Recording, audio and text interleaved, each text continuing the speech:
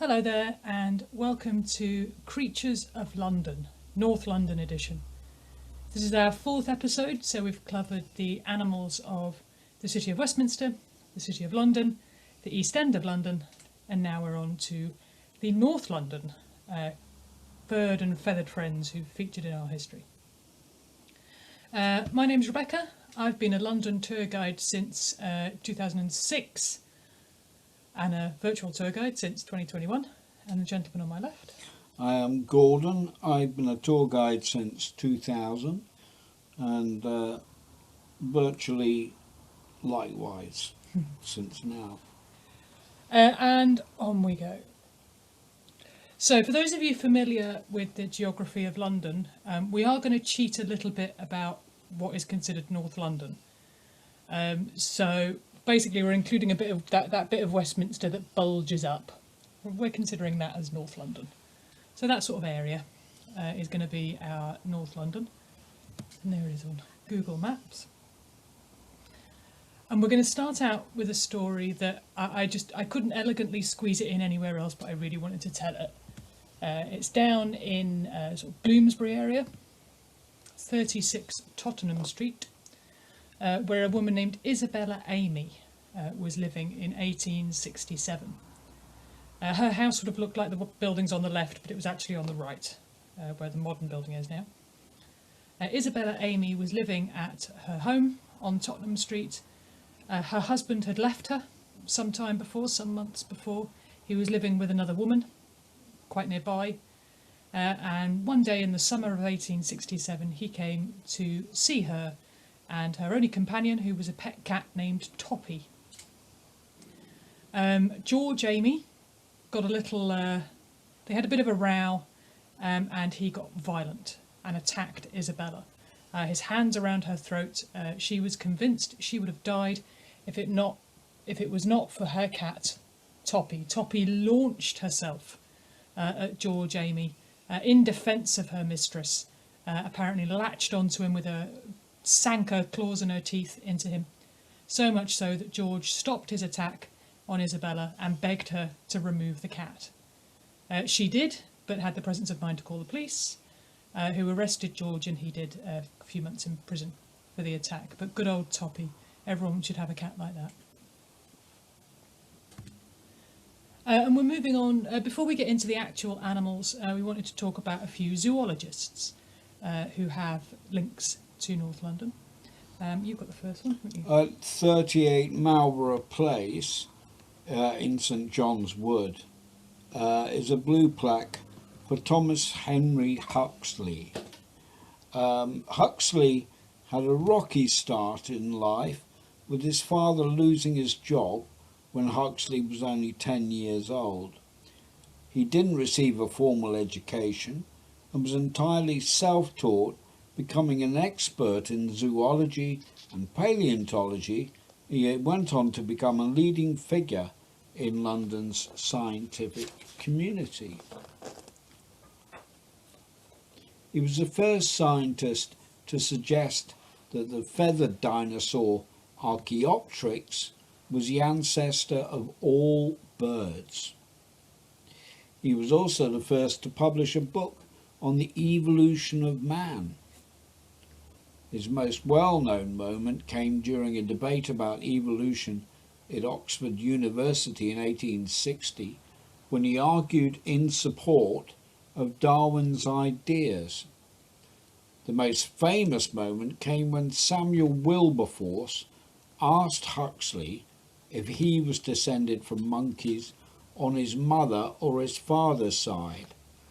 Huxley replied he would rather be descended from monkeys than be related to a man who used his intellect and position to suppress the truth and stifle debate. Burn. After his death in 1895, Huxley was nicknamed Darwin's Bulldog because of his ferocious support for Darwin's theories. Yes, which brings us on to Darwin, in fact. And Darwin also has a little link to West London. On Gower Street, at 110 Gower Street, So just after Darwin had come back to London after his voyage on the Beagle, where he'd been out to the Galapagos Islands and seen the birds with the different beaks, and thought, oh, that's interesting, maybe there's a reason for that. Oh, I know, evolution. I'm a bit more complicated than that. He came back to his home on Gower Street. He came back to London and made his home on Gower Street in 1838, and shortly after that married Emma Wedgwood, granddaughter of Josiah Wedgwood. And this painting is of them about the time they were living in Gower Street, about the time of their wedding.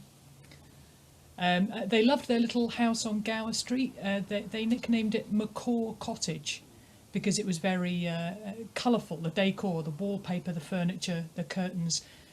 Darwin wrote to a friend of his, I think Huxley actually, saying that he loved the yellow curtains at Macaw Cottage. Darwin and his family moved out to Kent Down House in 1842, so they were only at Gower Street for a few years. And the site of Darwin's home on Gower Street is this is some of the work he did at Gower Street, working out what all those birds were doing on the Galapagos Islands. The site of his house on Gower Street is now the Biological Sciences Building for University College London, which is rather fitting. Another evolutionary scientist, Alfred Russel Wallace, lived on Albany Street for a brief period of time.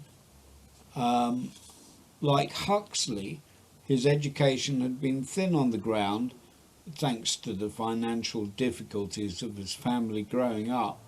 Wallace taught himself all about zoology and biology. He lived on Albany Street after a voyage to South America, where he had been collecting specimens to support an early version of the theory of natural selection called transmutation. He was only on Albany Street for about a year before setting off on a voyage to Indonesia in 1854, where he fell ill, and during his fever he came up with the idea of natural selection. He wrote to his friend Charles Darwin about his new idea, and unbeknownst to Wallace, Darwin had been working on this idea, natural selection, for about 20 years, but he hadn't yet published anything. The theory of natural selection was presented to the Linnean Society as the idea of both Wallace and Darwin, but after Darwin published On the Origin of Species in 1859, everyone seemed to forget that Wallace had come up with the same idea. Wallace returned to London in the 1860s and lived at St Mark's Crescent near Regent's Park. Darwin helped Wallace as much as he could. Wallace still wrote papers. He was considered a leading authority on natural selection, and the Wallace collection now is held at the Natural History Museum. It includes his letters, notebooks, and many of the specimens he collected on his travels, and in 2013 a statue of Wallace was unveiled at the museum by Sir David Attenborough. Which allows me to talk about Sir David Attenborough. I was desperate to squeeze him in since we were talking about zoologists. David Attenborough is a lot more associated with West London. He lived in West London and, or lives, I think, still in West London. And the BBC, where he did most of his work, was in, well, either West London or Bristol, the Natural Sciences Unit. But he does have a link to North London. So, in the 1950s, a very young David Attenborough, fresh out of university, armed with his natural sciences degree, sent off his CV to BBC Radio to try and get a job there. A woman named Mary Adams. Mary Adams was one of the BBC's first television producers. This was when television was still very new. It's a very new thing. And Mary Adams at the time was head of the talks department, which is like documentaries and talk shows and things. She came across David Attenborough's CV, thought he'd be amazing for a television producer, and she took him on board. They both went to work at Alexandra Palace, which is right here in North London, or Alley Pally, as Londoners tend to call it. And here is where David Attenborough took his first steps into teaching us all about animals via the television. His first kind of natural history thing that he produced, he wasn't on the camera, was a programme called Animal Patterns, which was presented by Julian Huxley, who was the ancestor of T.H. Huxley, who Gordon was telling us about. And it was all about animal colours and camouflage and how they used their colours, things like that. In 1954, David Attenborough began to produce a programme called ZooQuest. So the idea of ZooQuest was that a camera team and a presenter were going to follow a London Zoo animal collector on a voyage, on a journey. So they did that, and then when they got back to London, there were going to be segments in the studio about the animals as well. David Attenborough was never intended to be on screen. There was another presenter lined up, but at the very last minute, the presenter pulled out. Now, David Attenborough had previously been not approved for being on camera because I think Mary Adams said his teeth were too big, which is a strange insult. But at the last minute, David Attenborough was the presenter. He knew about zoology and biology. He was there. Right, you better go on then. And a young David Attenborough stepped onto our screens in 1954. You can get the archived ZooQuest episodes on BBC iPlayer. A word of caution, there is a lot of manhandling of animals and of course removing animals from the wild, which we and I'm sure Attenborough would think is a bit distasteful now, but the 50s were a different world. And London Zoo and most other zoos around the world would not remove animals from the wild now unless a captive breeding programme was the only thing that would save them from extinction. But the ZooQuest is a sort of, in terms of a historical document, it's quite interesting to watch. The BBC moved from Alexandra Palace in the late 1950s down to West London, Wood Green, and that's where David Attenborough's career blossomed as the man who teaches us all about animals and the climate. I can't really think of an elegant link from Attenborough to Jeremy Bentham, but if you go down to University College London, you can see Jeremy Bentham. You can still visit him, despite the fact that he died in 1832. He was an 18th century philosopher who requested in his will that his body be preserved and kept on display at UCL. His auto icon, as it's called, is thought to be wearing the world's oldest surviving pair of underpants. He was also an early advocate of animal rights. He's often cited as the first Western philosopher to suggest that we had a moral obligation to animals' welfare. He was writing essays as early as 1780, arguing that animals should not be made to suffer unnecessarily. Bentham himself had some unusual pets. He had a pet teapot called Dicky, which nobody else could handle, and he had pet walking sticks named Dapple and Dobbin. One of the sticks is with his auto icon, by the way. He did have a more conventional pet, a cat, with the unconventional name of Reverend Sir John Langbourne. Bentham said the cat was a universal nuisance. Anyone who's lived with cats can probably empathise. Yes, these are not Bentham's cats, by the way, pictured. These are my brother's cats, Ziggy and Snoopy, who are celebrating after having ripped open all the Christmas presents a few weeks early. So my brother didn't actually use the words a universal nuisance, but I think he might have quoted Bentham parenthetically.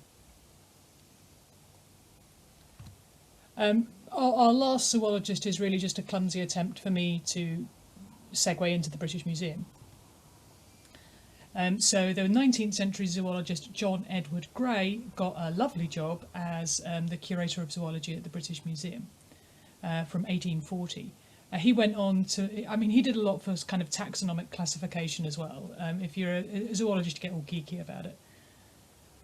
He helped to make the British Museum zoology collection among the best in the world, and certainly made it good enough to have its own museum, the Natural History Museum, just a few years after he'd died. But the real reason I wanted to talk about the British Museum was because of the cats. There's a very unusual sign at the British Museum. It leads out to where the staff canteen is. As you can see, it's strictly forbidden to feed cats in this area, which must confuse staff members who are there today because there are no cats at the British Museum. But there did used to be. So the first recorded cat was in the 19th century, two cats who used to follow around the keeper of manuscripts for some reason. But the first cat to kind of be in the papers, I suppose, there was a cat in 1908 called Black Jack.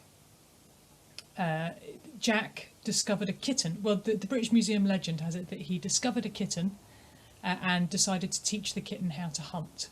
I think it's possible that Jack might have been Jacqueline and the kitten was hers. Mike, the kitten, became more famous even than Jack. Here's Mike. Mike was always at this entrance pictured to the British Museum, and had a particular hatred of dogs. So any stray dog that came near the British Museum, he would see it off. Good old Jack. And many other. The British Museum kind of encouraged the cats because they were mousers. Obviously, a lot of the exhibits at the British Museum were prone to damage by rodents, so the cats kept them down and kept out the dogs. Mike did anyway. But there was also a cat called Susie in the 1990s. The New York Times wrote a story about a cat in the 1990s who had the ability to catch pigeons in midair. This isn't actually Susie. I can't remember which cat this is now. So the British Museum cats were world famous. They were reported all around the world. From the late 90s, they disappeared. There aren't any cats there now. I do have a theory that maybe they will start coming back.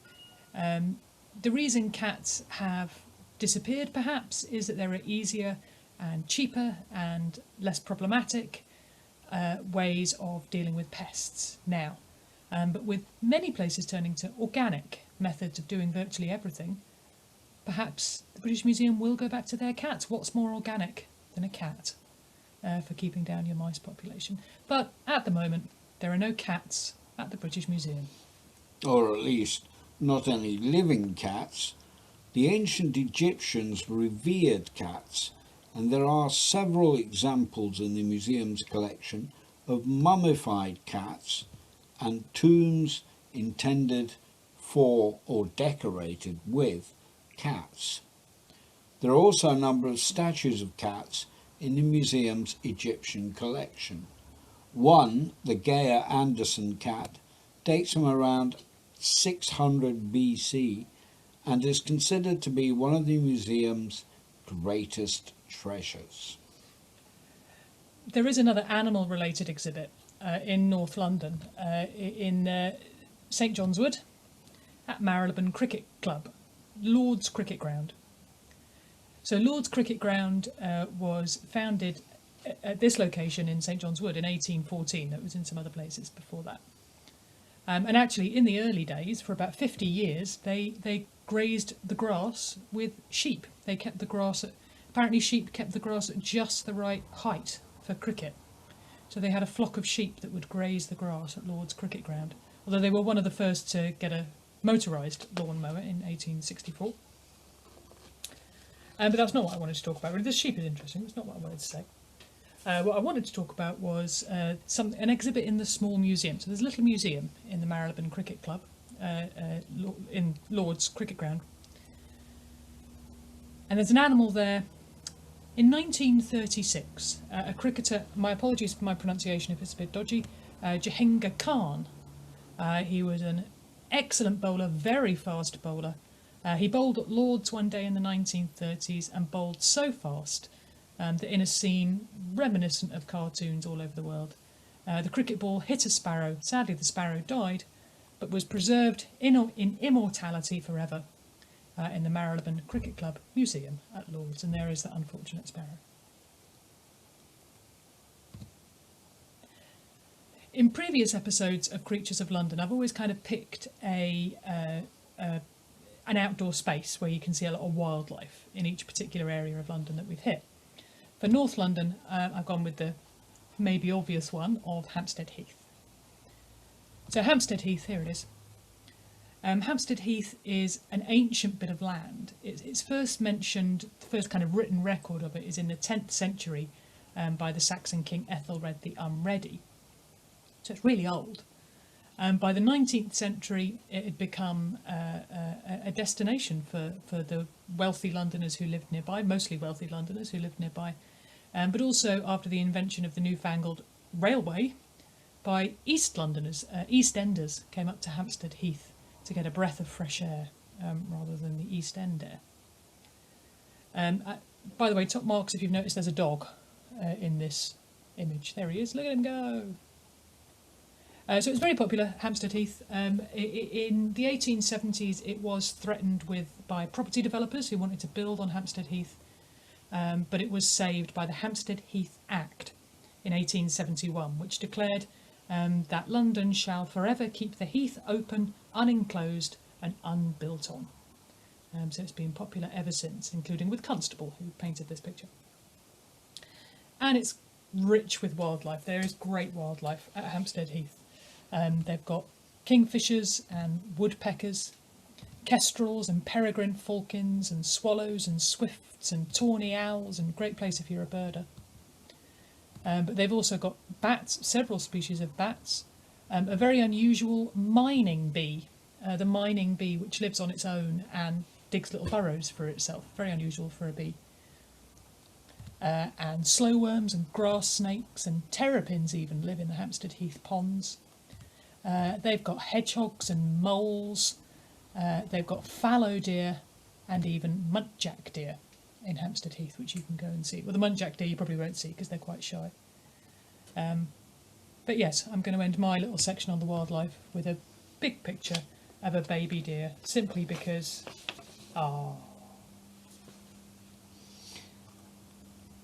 The next example of wildlife might be better placed in our Tales of Paranormal London series, actually.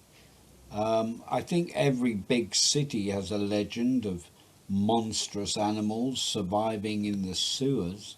In London it's said that a population of wild black pigs are living in the sewers and that they entered the system at Hampstead. A couple of London's now buried rivers rise on the heath. Those buried rivers were incorporated into London's sewage system. Pigs did used to be brought to graze on a particular part of the heath in Hampstead called the Pound until the early 19th century. The theory is that a pregnant sow escaped and got into the sewers and there bred a population of huge, vicious, wild pigs. Toshers used to claim that they had seen the animals in the sewers, particularly in the Hampstead area. By the way, a tosher was a 19th century Londoner who searched the sewers for things they could sell. yes. We have another bit of folklore actually attached to Hampstead Heath, which does have an animal sort of link to it. Here at the Spaniards Inn, kind of the northern end of Hampstead Heath. The Spaniards Inn has a link to Dick Turpin. Now, Dick Turpin is one of those figures in London English history, perhaps, who was a real person. This is an actual sort of account of his trial, but he's surrounded by folklore. I mean, I think every inch of London claims that Dick Turpin has drank there, robbed there, rode there.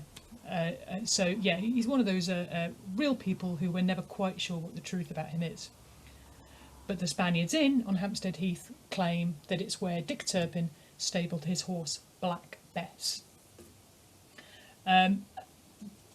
Dick Turpin's 200-mile overnight ride from London to York on Black Bess is probably fictional, but he would have had a horse, and it's entirely possible that he did stable her at the Spaniards Inn. It was very common for highwaymen to stable their horses at the Spaniards Inn, because what you would do, you'd stable your horse there and then you'd sit in the yard looking at all the coaches coming in and out of this coaching inn, and you'd pick the one that looked like they'd got a bit of money, and then you'd rob them as they were going over Hampstead Heath. You can't do that anymore. I mean, you wouldn't want to because you'd break the law, wouldn't you? So yes, Black Bess. Dick Turpin's horse may well have galloped across the heath. So, from a horse of folklore and pigs of folklore, we've got a few animals who have inspired writers and painters and authors.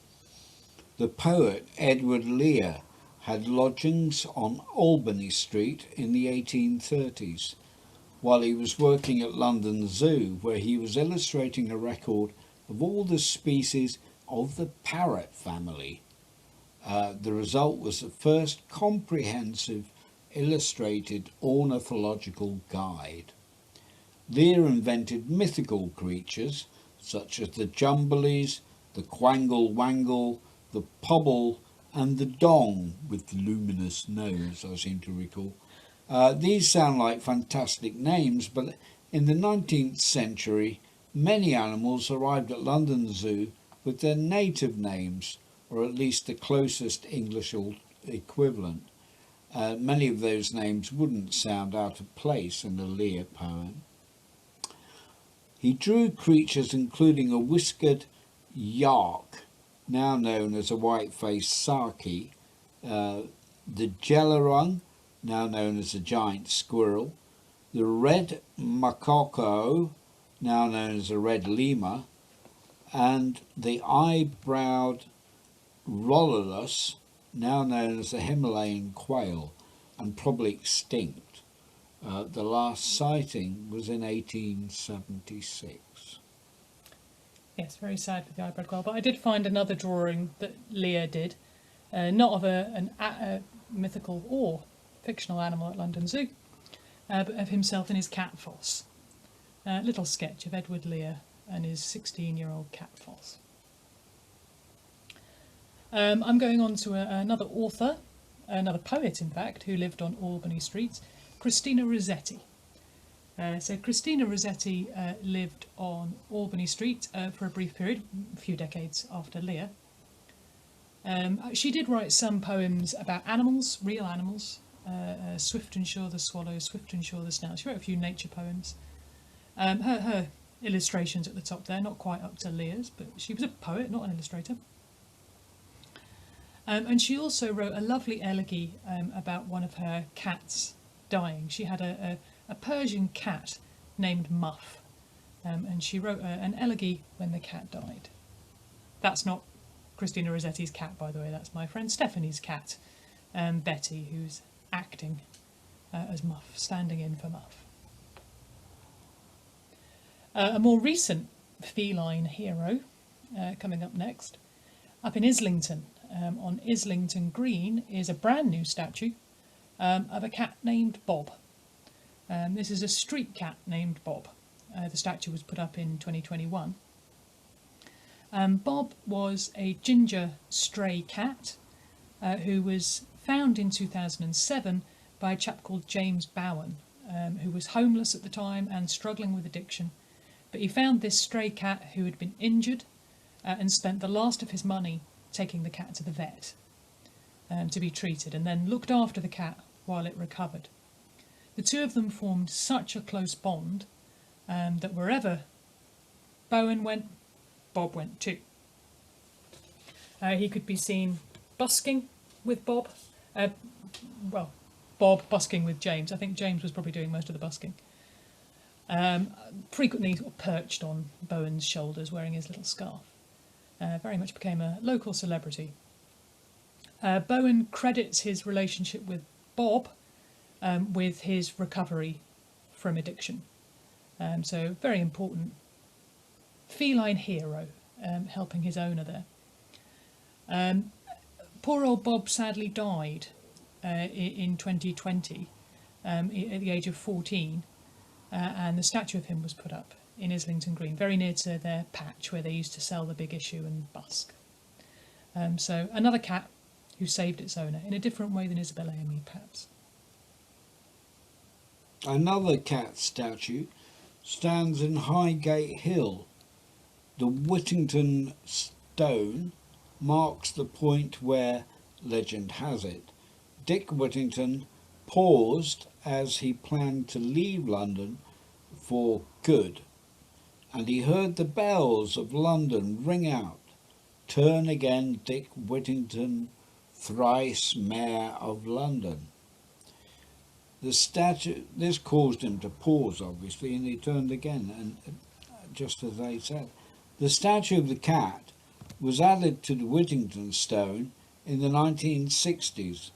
It was carved by Jonathan Kenworthy while he was at art school, and Dick Whittington was, of course, a real person.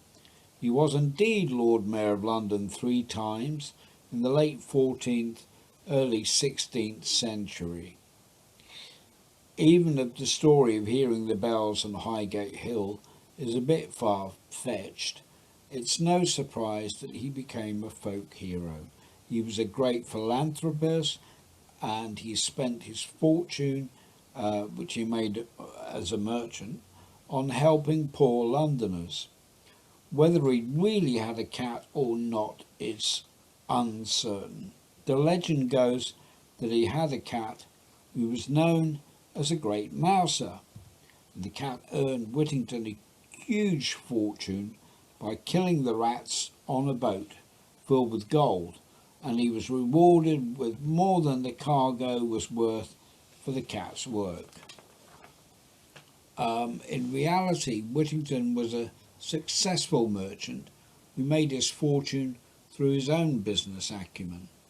It's not known whether he owned a cat, but he may well have employed cats as mousers in his warehouses, and there's a theory that one of his most successful barges was called the Black Cat, and the feline legend sprang from there. While I was looking for pictures for this slideshow, I found these 2 identical images. So the one on the left is the original, where Whittington is clutching a skull. The one on the right is from the early 20th century, where they've changed the skull to a cat. So by then they'd obviously decided that he definitely had a cat, and they were going to put it in the picture, whether it was there originally or not. Right, where are we off to next? Yes, from the possibly fictional cat of Dick Whittington to the definitely fictional 101 Dalmatians. We're going off to Primrose Hill to meet the 101 Dalmatians. So in the book...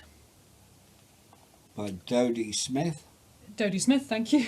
The dogs Pongo and Mrs. have their dogs stolen by Cruella de Vil so that she can make a coat out of them. The dogs lived in a house with their owners, of course, near Regent's Park, one of these lovely houses near Regent's Park. And they went out walking on Primrose Hill. And in the book, on Primrose Hill, is where Pongo and Mrs. send out the twilight barking, so that all the dogs in the area will know their puppies are missing and the search can go out for the little Dalmatian puppies. The 1961 Disney movie is actually pretty much the same as the book, except that they changed the name of the female dog from Mrs. to Perdita, and they meet on a little bridge in Regent's Park in the Queen Mary's Rose Garden, but they still do the twilight barking on Primrose Hill.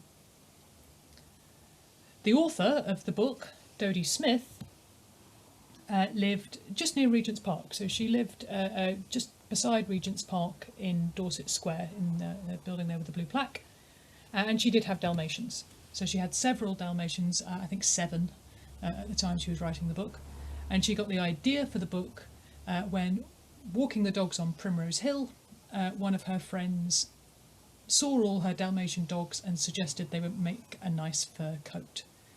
And the idea of Cruella de Vil was born, and hopefully Dodie Smith never talked to that weird friend again. I'm sure she was joking. Another famous dog was walked on Primrose Hill. Back we go to Primrose Hill. An Old English sheepdog named Martha. And Martha was born in 1966, and she was bought while she was a puppy by Paul McCartney, soon after he'd bought his house on Cavendish Avenue near the Abbey Road studios. McCartney said in an interview in 1997 that he had written the song Martha My Dear on the Beatles' White Album for the dog, while he was sounding out random words, writing a difficult tune on the piano, and seeing the dog doing something daft. As the song goes, "You silly girl, look what you've done." McCartney got the inspiration for another Beatles song while walking Martha on Primrose Hill early one morning. They met a strange man who didn't talk and appeared to vanish into the morning mists. He was the inspiration for Fool on the Hill. Martha is seen in a few photos of the Beatles. John Lennon was apparently surprised to see his bandmate being so affectionate to the dog, having never seen that side of him before. Martha died in 1981 at the age of 15 at the McCartney's farm in Scotland. Her daughter Arrow was pictured crossing the famous Abbey Road crossing with her owner on the front cover of the 1993 album Paul is Alive, which referred to another legend, of course, but let's not go there. Yes, that's a more complicated one. Right. So, we in previous episodes we've always talked about a little bit about working horses. Horses really did keep London going until the invention of the motor car. And we've talked about horses in kind of different professions in other episodes. For this one, I wanted to talk a little bit about the canal horses. So running between Primrose Hill and Regent's Park there is the Regents Canal. The Regents Canal was completed in 1820, so it's actually fairly late for a canal. It was linking up the canal at Paddington with the Thames at Limehouse. And horses would have pulled the loads, the canals. So the term towpath comes from the fact that a horse would have pulled the barge behind it. A barge could hold around 30 tonnes of cargo, which is 8 or 9 times what a horse could pull on its own. So it was really a lot that they could pull. And in the first year of the Regent's Canal, 195,000 tonnes of cargo were pulled up and down the Regent Canal. So that's a lot of horses going backwards and forwards. The horses were used on the canal, on the Regent Canal, up until the 1950s. The last horse-drawn canal went up the Regent Canal in the 1950s. There is a statue, sort of canal-related, along the Regent Canal. These is canal workers opening a lock. The statue is actually quite new, and in 2023 we're going to get a statue of one of those canal horses somewhere along the Regent Canal. It's not been announced quite where yet, but that's something to look forward to. And if you like statues of horses and interesting markets, also on the Regent Canal is Camden Market, Camden Lock Market. So there is the lock in modern times.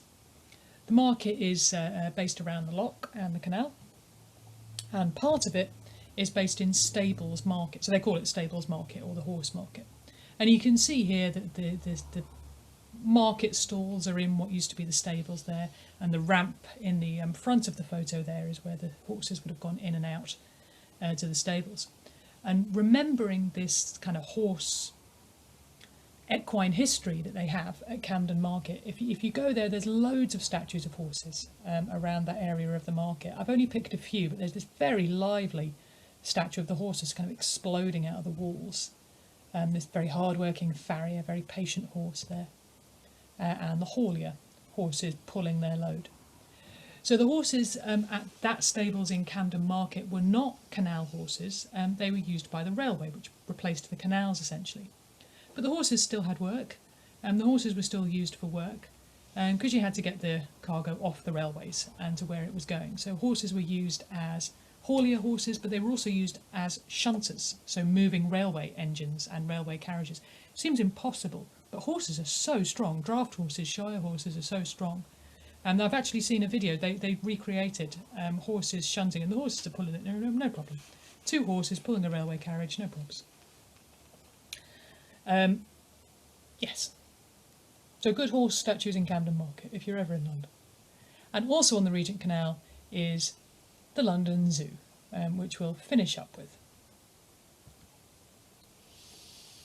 It was known officially as the Zoological Society of London.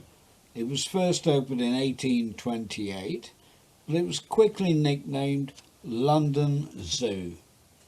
It's thought that's where the word zoo originated. Many of London Zoo's animals have become celebrities. Charles Darwin often visited the London Zoo and was particularly charmed by Jenny the orangutan. Guy the gorilla arrived in 1947 and was so well loved that he is commemorated with a statue in the zoo and at Crystal Palace Park. The giant panda Chi-Chi arrived at London Zoo in 1958 and became the inspiration for the World Wildlife Fund logo. An American black bear called Winnipeg was left in the zoo's care by a Canadian soldier in 1914. A. Milne and his son Christopher Robin were fans of this bear, and young Christopher named his stuffed bear after her, although he mispronounced her name as Winnie the Pooh.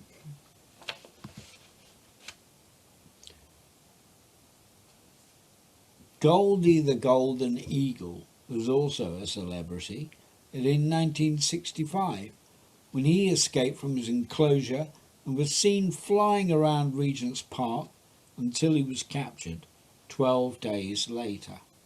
In the 1940s, a chimpanzee somehow escaped from his habitat and got on a bus. Oddly enough, a red panda surprised gardeners in Regent's Park early one morning in 2009, and the zoo staff was summoned to retrieve him. A few years earlier, 5 squirrel monkeys had escaped into Regent's Park during the night, but they returned to their enclosure in time for breakfast. Priorities, eh? My mum remembers Goldie the Golden Eagle escaping. She told me that there were huge queues, traffic jams around London Zoo because everybody was trying to see this golden eagle flying around Regent's Park before they caught him. So yes, the I forgot about him. Her rather. This is a beige the hippo. I forgot we'd cut this bit out. I also forgot we'd cut out Jumbo. If you glimpsed that earlier on, I could get away with this probably. That's Jumbo the elephant, who was at London Zoo. The word jumbo is thought to, meaning something big, is thought to come from her name, from the name of Jumbo.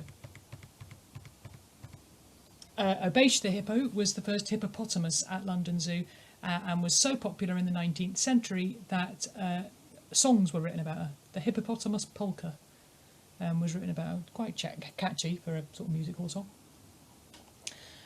She kind of illustrates, her and Jumbo I suppose illustrate the fact that there are no big animals like that at London Zoo today. They've been battling against their Victorian enclosures since they were built in 1828 really. So this is the original monkey enclosure pictured here, and the camel enclosures. It was quite quickly realised that these were not suitable enclosures for big animals. So London Zoo constantly tried to rebuild their enclosures. In the late 1990s it became obvious that it wasn't suitable at all. Central London wasn't suitable for big animals like the elephants and the hippo and the bears. So they moved out to places where they could get safari parks, where they could have more space. The only creatures at London Zoo who still live in their original enclosure are the giraffes. The giraffes still live in the Giraffe House that was built for them by Decimus Burton in the 1830s, and they still quite happily live there. In fact, something I learned recently, I think in something they made for lockdown, London Zoo made for lockdown, is that the giraffes at London Zoo are not involved in any kind of breeding programme, and they're all unique giraffes. It used to be the case that zoos, including London Zoo, would keep their giraffes in mixed species groups. So different species of giraffe would be kept together, which of course meant that sometimes they would breed and sometimes they would have mixed species babies. Nowadays, almost every species of giraffe is endangered in the wild, so most zoos are involved in breeding programmes to try and save species.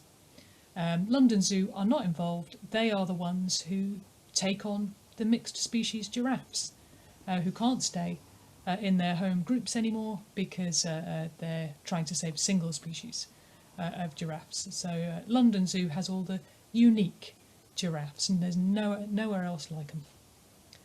And they do a lot for conservation. So London Zoo is in the 1960s, they were involved in the first ever international breeding programme. These are Arabian oryx, and London Zoo sent some of their Arabian oryx to a zoo in the US, where they could be involved in saving the species. A little more recently, in 2010 I think it was, a London Zoo scientist discovered a species of slender loris in the wild that was thought to be extinct. But lo and behold, there it was, still alive and kicking, still in the wild. And just a couple of years ago, they introduced, or rather reintroduced, a species of tropical snail to French Polynesia. The snail is called Partula rosea, and it had gone extinct in the wild in French Polynesia because of a human-introduced species, invasive species. But London Zoo scientists and their conservation efforts have managed to reintroduce this species into the wild. So a little conservation victory for London Zoo. Those of you who were sort of up to date during the COVID lockdown may have remembered this image. So this is the Giraffe House, where the workers at London Zoo put up a message of support for the NHS during the height of the coronavirus pandemic. Apparently the giraffes were fascinated by it on the first morning. They're apparently very curious creatures. The London Zoo zookeepers actually went into lockdown with their animals. So several of the zookeepers actually stayed in quarantine on the zoo premises, away from their families, looking after the animals. At first that was just the keepers who were looking after the apes, who would be able to catch coronavirus. But then when it was realised, I think a zoo in America, one of their tigers had coronavirus, and so more keepers decided that they would stay and look after their animals. And they said that one of the things they had to do was keep them entertained, because it turns out that the animals enjoy looking at us as much as we enjoy looking at them, and they all got dreadfully bored without their daily entertainment of humans walking past their enclosures. Well, thank you very much. On that note, we'll finish up. Thank you very much for joining us. I hope you've had a fun time thinking about the animals of North London as much as we've enjoyed sort of researching them. If you can, please do donate to Battersea Dogs and Cats Home at Virtually London, our address there, or virtuallylondon.com. I should have put a link up to donate to London Zoo really, but go onto their online shop, maybe get a souvenir from London Zoo. Next time we're going to be talking about sports in the history of London, just before the 2020 Paralympics get underway in Tokyo.